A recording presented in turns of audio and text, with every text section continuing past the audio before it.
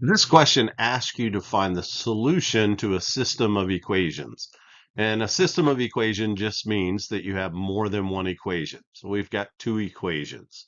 And basically what it's asking us to do is to find out what are the values of x and y that would make both of these equations true.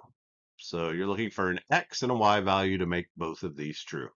There are three methods mostly for solving systems. One method is graphing, which most people don't like to use because you actually have to graph these and then see where they intersect.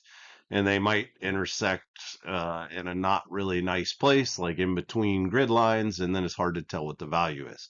The other two methods are substitution and elimination. And you can use either one, but typically when you have an isolated variable like we do here with the y, what you want to do is use substitution. And so here's how you use substitution. So this tells us that y is equal to negative 3x plus 6. That means y and negative 3x plus 6 are equivalent. They're the exact same thing.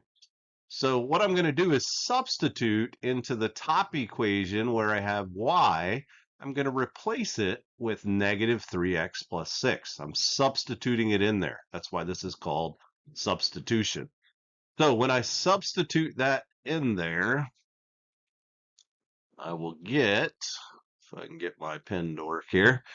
So I'm going to take the 6x plus 2y, so 6x plus 2y, but instead of y, I told you I'm going to replace the y. I'm going to substitute in negative 3x plus 6.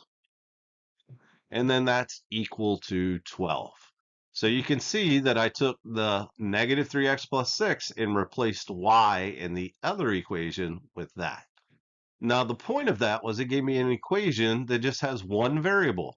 These equations each had two. So the whole point was to get an equation with one variable so I can solve this to find out the value of x. Then once we have the value of x, we'll see how to get the value of y. So first thing I'm gonna do here is distribute. So I'm just solving this equation. So then I have 6x minus 6x, so 2 times negative 3x, and then plus the 2 times 6 gives me 12 equals 12. And the negative, or the 6x minus 6x, I can simplify that. That just comes out to 0. And so I'll write the 0. 0 plus 12 equals 12. And 0 plus 12 is just 12. And so remember, we were trying to find out what the value of x was, but the x disappeared, and we don't have an x anymore. So when this happens, it means that you either have infinitely many solutions or you have no solution. So infinitely many would mean that there's an infinite number of x and y values. Basically, it means any x or y value you plug into these will work. And that's because both of these equations are actually the same thing if you put them in the same form. Now, the way you tell that whether there's infinitely many or no solution is when you get this. If what you have is true, which we do, 12 equals 12, then it's infinitely many. Now, let's say I got 11 equals 12, so something that's not true, then that would be no solution. So if your variables disappear when you do this, and you're left with something true, it's infinitely many solutions. If you're left with something not true, it would be no solution. So keep up the good work, and you will master the math.